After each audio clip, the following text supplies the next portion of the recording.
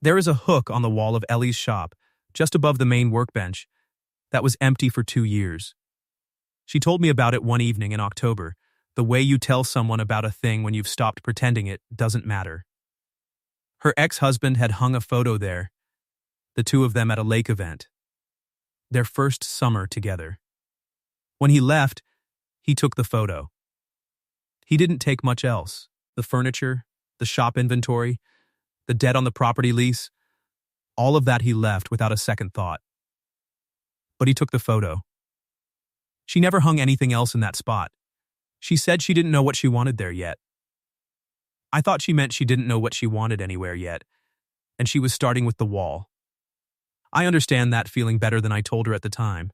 When my wife died, I kept her coffee mug on the same shelf for 14 months. Not because I thought she was coming back, just because moving it meant something I wasn't ready for it to mean. What you leave empty says as much about you as what you fill. That hook is not empty anymore. This is how it got filled. My name is Caleb Morrow. I'm 35 years old, and I live in Granbury, Texas, which sits on a lake that has no business being as beautiful as it is given everything else about this county. I'm the head caretaker at Lakeview Lodge on the South Shore, 12 cabins, a main house, a boat dock, and about 40 acres of grounds that need near constant attention. I maintain the buildings, the dock, the boats when they need it, the fence lines and the tree work after storms. I keep a schedule and I follow it. At the end of every day, something is fixed or maintained or improved, and for a long time that had been enough. Before the lodge, I was in the Marines for 8 years. I'll say that the discipline was real and the brotherhood was real, and I came home with a body that knew how to work and a mind that needed something quiet. I found quiet in Granbury. I found a woman named Sarah who made the quiet feel like a gift instead of an absence. She died 3 years ago. Ovarian cancer. Diagnosed late. We had 14 months between the diagnosis and the end, which is more than some people get and not nearly enough. I don't talk about Sarah often. Not because the grief is still raw, it's more like an old scar now. The kind that doesn't hurt unless you press it. I don't talk about her because she was particular and specific, and she deserves to be described accurately. And most conversations don't allow for that. What I'll say is this. She was the kind of woman who wrote things down. Notes, observations, small things she found interesting and didn't want to lose. After she died, I found notes in her handwriting and jacket pockets I hadn't touched since before she got sick. Little things. The Osprey is back on the South Dock. Caleb makes coffee wrong, but I won't tell him. I still make coffee the same way. After she died, I didn't let anyone close. Not out of loyalty to her memory. She would have hated that, and she would have said so directly. But because I had learned what it felt like to build something with someone, and I no longer trusted myself to survive losing it again. I was 35 years old. I went to work, maintained the grounds, drove into town for groceries, and went home to a cabin that was clean and quiet and entirely sufficient. That's what I told myself. I needed a broken latch on an antique steamer trunk to find out I was wrong. I found Ellie Decker the way I found most things worth finding in Granbury, by accident, while looking for something else. The lodge manager had asked me to get an independent assessment of the commercial property on our east boundary. A question about the shared fence line. The assessor's office had a file on the lot, and the lot included a small converted storefront with a back wall that adjoined our dock access. I walked over on a Tuesday morning in early September. The sign above the door said Morrow and Things, Antiques, Restoration, Oddities. I stopped. Not because of the name, though I noticed it. I stopped because of the window display. A milk glass lamp. A wooden toolbox with a faded stamp on the lid. A set of china cups in a pattern I recognized from somewhere I couldn't place. Not arranged to sell. Arranged to be seen. I went in. A woman was crouched behind a low display cabinet with a screwdriver in her hand and her hair pinned up in a way that was already losing the battle against itself. "I'll be right with you," she said, without looking up. "Take your time." She stood. About 32, with the kind of face that looked like it smiled easily when things were easier. Right now it wore the expression of someone deep in a problem they intend to solve. She saw me and looked relieved for exactly 1 second. "Oh, good," she said. "Did you bring the latch?" "I didn't." She looked at my empty hands, then at my face. "You're not Ted from the hardware store," she said. "I'm not. Caleb Morrow. I work at the lodge next door." She wiped her hand on her jeans and extended it. "Ellie Decker. I thought you were someone else. I apologize for not being Ted." She almost smiled. "I have a steamer trunk with a broken latch that's been waiting 3 weeks for a replacement part." She looked back at the cabinet. "Every time I think it's coming, something else needs fixing first." Story of a renovation. She looked at me differently then. "You do renovation work?" "Maintenance, mostly, but I know what a broken latch looks like." She showed me the trunk, solid oak with brass hardware, the latch mechanism stripped at the pivot point. I looked at it for a few minutes. "I can make a replacement pivot," I said. "Not original stock, but close." She looked at me. "Why would you do that?" "Because the rest of the piece is worth it." She was quiet for a moment. "The property next door," I said. "I'm actually here about the shared fence line. Our manager needs a boundary assessment." "The fence line." Something moved across her face. "I've had some discussions with the county about that property as well." A pause. "There are some legal complications. Nothing that affects the boundary itself, but—" She stopped. "It's being sorted." She said it the way you say something when it is very much not sorted, and you don't have the energy to explain why to a stranger. "I won't get into your business," I said. "I appreciate that." She looked at the trunk. "The pivot? What would that take? An hour in my shop. I have the metal stock." She looked at me steadily. The look of someone who assesses offers before accepting them. "I'll pay you for it," she said. "You can buy me a coffee. That's not a fair trade." "It is to me." She considered this. "I make it too strong," she said. "Everyone says so." "Good, mine's too weak." That made her smile. Real, small, there and gone. "Come back tomorrow," she said. "I'll have Ted's latch and you can see which one is better." I went back to the lodge and spent my lunch break pulling the commercial property records on her building. Not to get into her business. Just because when someone says legal complications in that particular voice, and you've seen enough county property disputes to know what the next chapter usually looks like, you pay attention. The lease on her building had 2 signatories, Ellie Decker and Marcus Decker, her ex-husband. His name still on the commercial lease, co-signed when they were married, never formally removed. Which meant that whoever held Marcus's interest from that marriage might have a claim on the lease terms. I set my laptop down and looked at the dock for a while. Then I went back to work and thought about the hook on the wall, and the photo a man had taken when he left a whole life behind, and what kind of man takes the photo. I brought the replacement pivot back the next morning. Ted's latch was on the counter. We set them side by side. Mine was close. Not original hardware, but the same gauge brass, shaped to fit cleanly. Ellie held both pieces up to the window light. "Yours is better," she said. "Ted's is fine.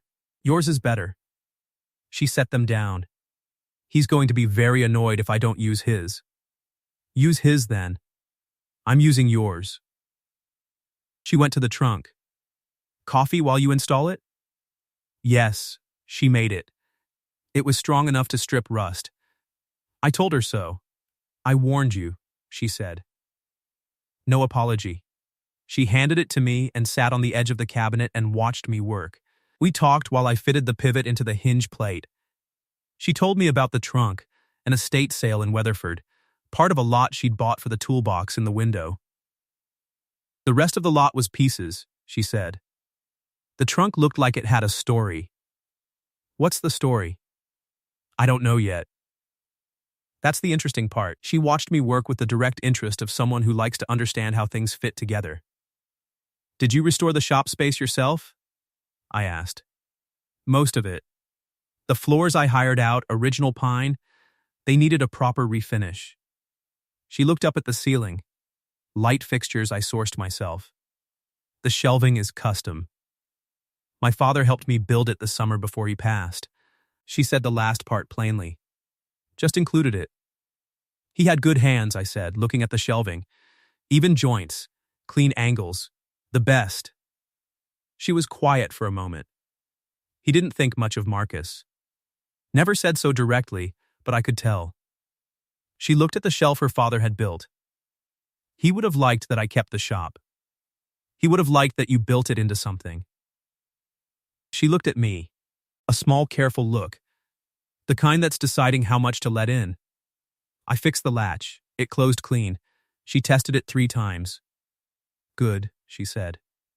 The satisfaction of someone who takes small victories seriously. I came back twice more that week on the loft pretext, and then ran out of pretext. On the 3rd visit, I just said I was in the area and asked if the upper fixture in the back corner was still giving her trouble. It wasn't. She knew it wasn't. She handed me a coffee anyway. On a Saturday in October, she asked if I wanted to stay for dinner. Not a planned meal. This is what I'm making and there's enough meal. The best kind. She had a porch that faced the lake behind the shop building. We sat there after, mint tea for her, the last of a water bottle for me, and she talked about her father. About the summer they'd built those shelves. About how he used to say that the best wood was wood that had been somewhere, that had history in the grain.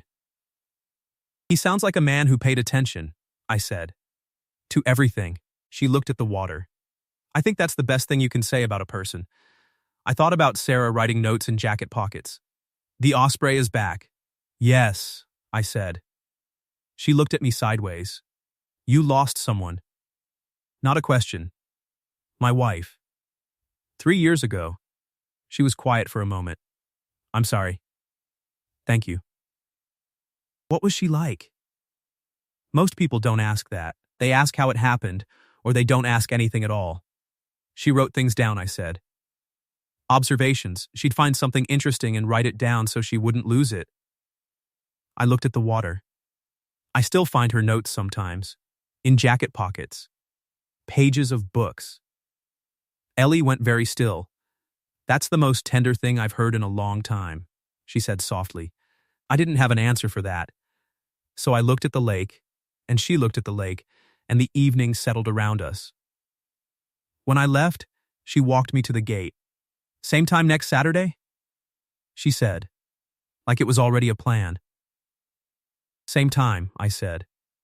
I drove back to the lodge with the windows down and thought about how easy it had felt, sitting with another person in the quiet, and how that ease was either the most natural thing in the world or the most dangerous. She had more time than I expected. She didn't have enough. Ray Decker drove a white pickup with a magnetic company placard, Decker Property Solutions, and the particular ease of a man who believes showing up in person solves problems faster than paperwork. He pulled up on a Wednesday afternoon while I was on a ladder at the shop, fixing a section of exterior trim that had started pulling away from the window frame. Ellie hadn't asked me to fix it. I'd noticed it the Saturday before. He got out. He saw me on the ladder. He didn't acknowledge me. He went to the door and knocked. Ellie opened it. He handed her an envelope. I came down off the ladder slowly. She was reading the document. I watched her face go through 3 things in about 6 seconds. Confusion, then understanding, then something flat and controlled she laid over both of them. Ray crossed his arms and looked at her with the patience of someone who expects to win. You've known this was coming, he said. I knew Marcus's name was still on the lease, she said carefully. I didn't know you'd filed. Marcus assigned his interest to me 6 months ago, as part of his recovery plan. He said recovery plan like a business term. He needs liquidity. The lease is an asset.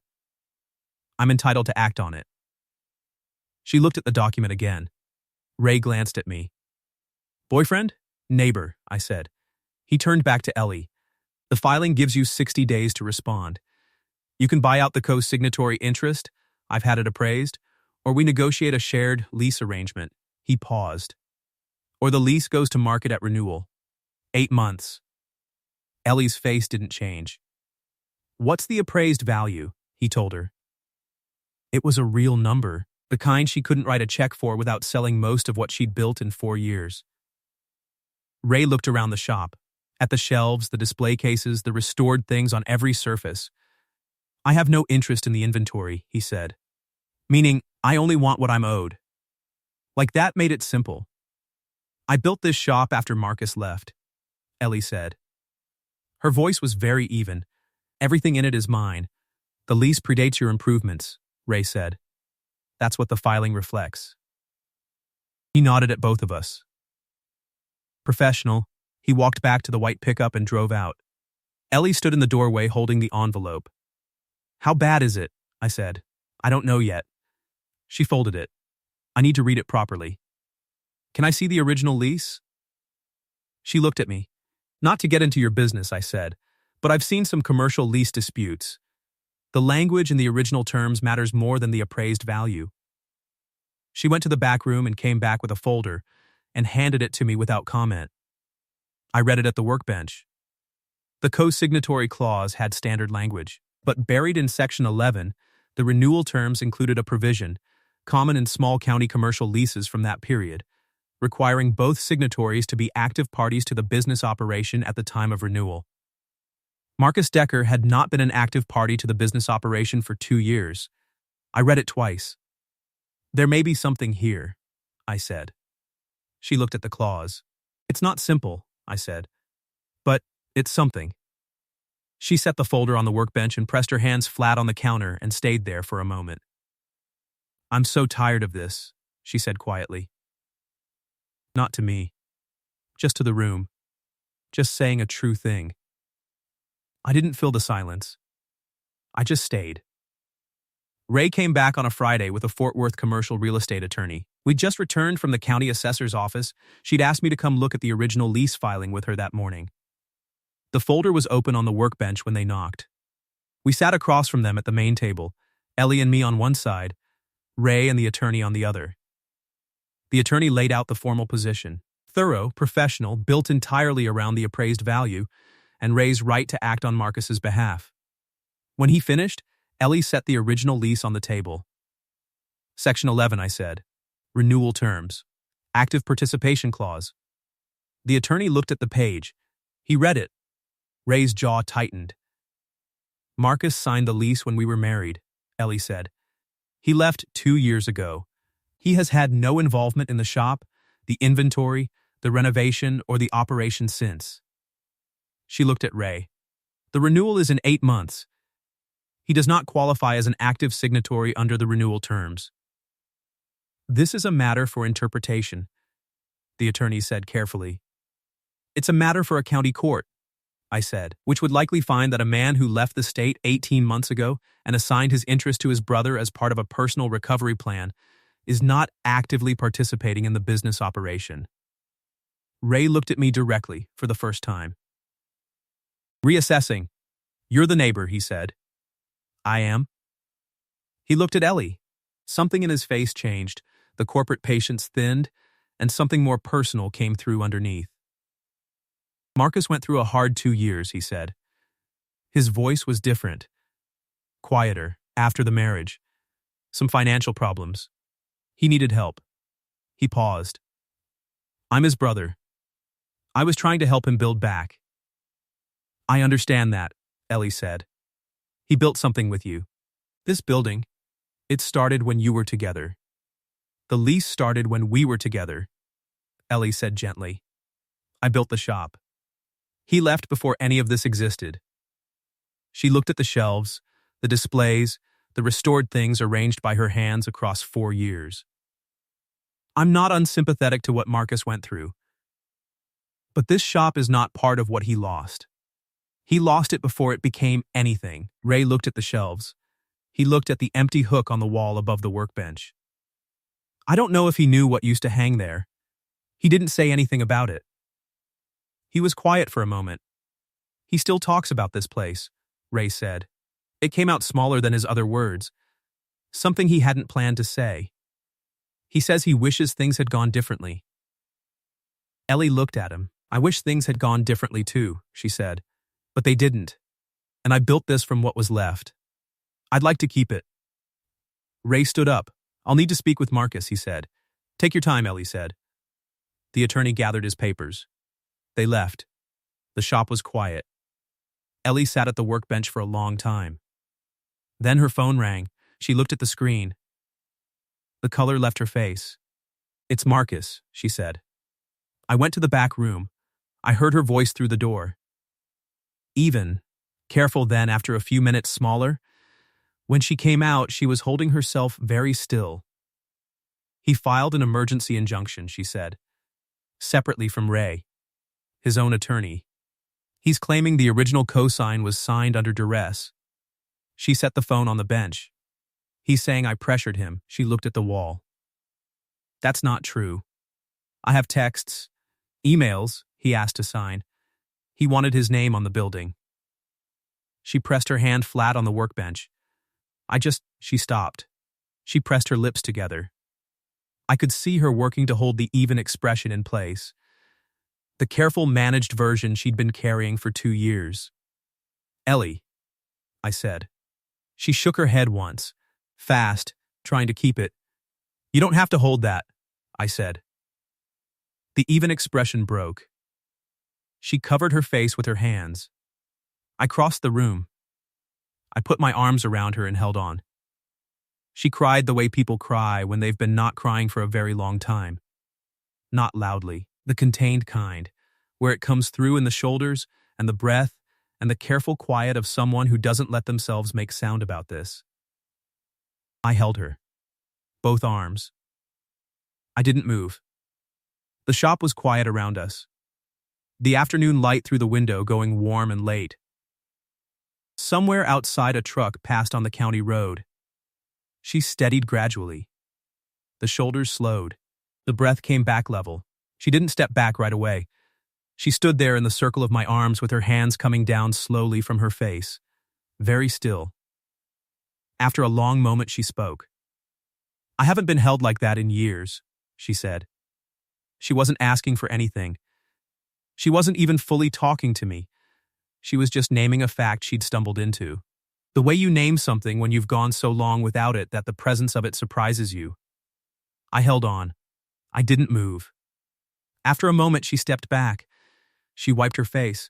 She looked at me with the real unguarded version, no careful held back expression. "Just, Ellie." "I'm sorry," she said.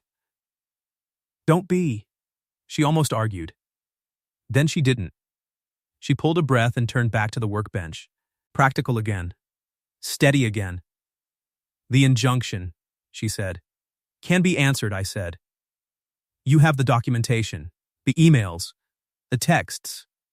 I'll help you put it together." She nodded. "You don't have to do this," she said. "Ellie?" She looked up. "I'm not here because I'm passing through," I said. "I want to be clear about that." She held my gaze. "I know you've been handling things alone for 2 years," I said. "I know you're good at it. I know you'd rather figure this out yourself than ask for help." I looked at the shelf her father had built. "But you don't have to." She looked at the folder on the workbench. "My ex-husband's name is on my building," she said. "His brother tried to take it. And now She stopped. "It's a lot of his name on something that is completely mine. We're going to take his name off," I said. "In the lease, in the county record, all of it." She looked at me. Something in her face was searching, not doubting, checking. "Why does this matter to you?" she asked. Genuinely, I thought about the honest version. "Because I know what it is to build something after a loss," I said, "and to have someone threaten to take what you built." I looked at the shelves her father had made, even and clean. "And because you fixed a steamer trunk nobody else would have bothered with, and you knew it had a story even when you didn't know what the story was." I looked back at her. I know what that says about a person. She was very still. "I've been careful for 3 years," I said. "I stopped letting anyone close because the last thing I built with someone cost me everything when it ended. And I told myself that was the smart thing." I looked at my hands. It was just the lonely thing. She looked at me for a long moment with those steady, clear eyes. "Caleb," she said. "You don't have to say anything," I said. "Just let me help with the injunction." And then, I paused. "Maybe sit on the porch with me again sometime." She was quiet. Then, softly, "Okay." Just that one word. But the way she said it, like she meant more than the injunction, more than the porch, more than the rest of this hard October, that was enough. The injunction was answered. Ellie's attorney, a woman in Granbury who had been practicing small commercial cases for 20 years and had the focused energy of someone who dislikes being handed an unfair situation, reviewed the email chain and the text records and filed the response inside a week. 27 communications in which Marcus had requested, reiterated, and ultimately insisted upon co-signing that lease. The court set a preliminary hearing. Ray withdrew his separate filing the day before. At the hearing, the judge read the documentation. She looked at Marcus's attorney over her glasses. "Counselor," she said, "what is the evidentiary basis for the duress claim?" The attorney was quiet for a moment. "We may be withdrawing that claim," he said. "That would be advisable," the judge said. It was over in 40 minutes. Outside the courthouse, Ellie stood on the steps in the October morning. Her attorney said the two words, "It's done." She went to her car. I stood beside Ellie. "Come see the shop," she said. "I want to show you something." We drove back. She unlocked the front door. The morning light came through the window and fell across the workbench and the shelves and the careful arrangement of restored things. She went to the workbench. Above it, on the wall where the hook had been empty, there was something new. A small framed print, botanical, watercolor. A detailed rendering of something green and trailing that grew along her porch rail. Quiet and specific and exactly right for the space. "I put it up this morning," she said, "before we left for the courthouse." She looked at it for a moment. "I figured I'd waited long enough," she said. I looked at the wall. She turned to face me. "That night in the shop," she said, "after the call. I remember. I said something." She paused. "I said I hadn't been held like that in years. You did. I've been thinking about it since. What have you been thinking?" She looked at me. The fully unguarded version. No held-back expression. No careful layer between her and the thing she was about to say. "I've been thinking that I don't want years to pass again before it happens," she said. "I don't want to get good at being alone again. I was good at it. I know how it goes." She shook her head slightly. "I don't want to go back to knowing how it goes." I looked at her. She looked back. "Then stay right here." The words came out steady and clear, and I meant every piece of them. Not just in the shop. Not just in the morning. All of it. Stay in this building she'd built from what was left. Stay on the porch that faced the water. Stay at the kitchen table. Stay. Her eyes went bright. "Right here," she said. "Yes," she stepped forward, and I put my arms around her again. And this time she put her arms around me. And we stood in the shop in the October morning light, with the botanical print on the wall, and the restored things on every shelf, and the hook above the workbench finally. Completely full. It was the easiest thing I had done in 3 years, which meant it was also the most frightening. But some things are worth being afraid of. Some things hold. The lease renewal came through in the spring with one signatory. Ellie framed the document and hung it in the back room next to the shelf her father had built. She said it was the least interesting thing on the wall back there, and she loved it completely. Ray Decker sent a card in December. No letter. Just a card. Inside, Marcus says the shop is good. I believe him. She showed it to me, and we sat with it for a moment, and she put it in the folder with everything else. I moved my things from the lodge cabin in March. The caretaker job stayed. The work was the work, but the cabin became a storage office, and I moved 3 minutes down the county road to a house with a porch facing the water and a kitchen big enough for 2 people to be in without negotiating. Ellie brought her coffee maker. It is aggressively strong. I have adjusted. That spring I found a Sarah note in the breast pocket of a jacket I hadn't worn since before Granbury. The lake is better in October when the tourists are gone. I read it twice. Then I walked out to the porch where Ellie was sitting with her coffee in the morning, and I read it to her. She listened. She was right, Ellie said. She usually was. She looked at the water. I sat down beside her.